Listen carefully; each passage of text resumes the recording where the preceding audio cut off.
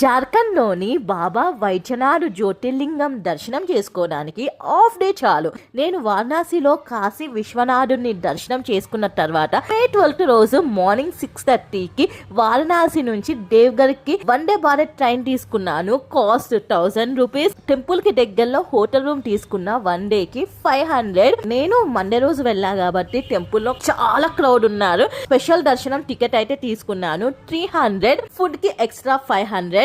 1 hour తర్వాత దర్శనం అయింది. గర్భగుడిలోకి వెళ్లి శివలింగాన్ని టచ్ చేశాను ఫ్రెండ్స్. టెంపుల్ లోనే చుట్టూ చాలా చిన్న చిన్న టెంపుల్స్ ఉంటాయి. పార్వతీదేవి మందిరం కూడా ఉంటుంది. అది కూడా దర్శనం చేసుకొని టెంపుల్ నుంచి 500 మీటర్స్ లో శివగంగా తీర్థం ఉంది. అది కూడా చూసేసుకున్నా.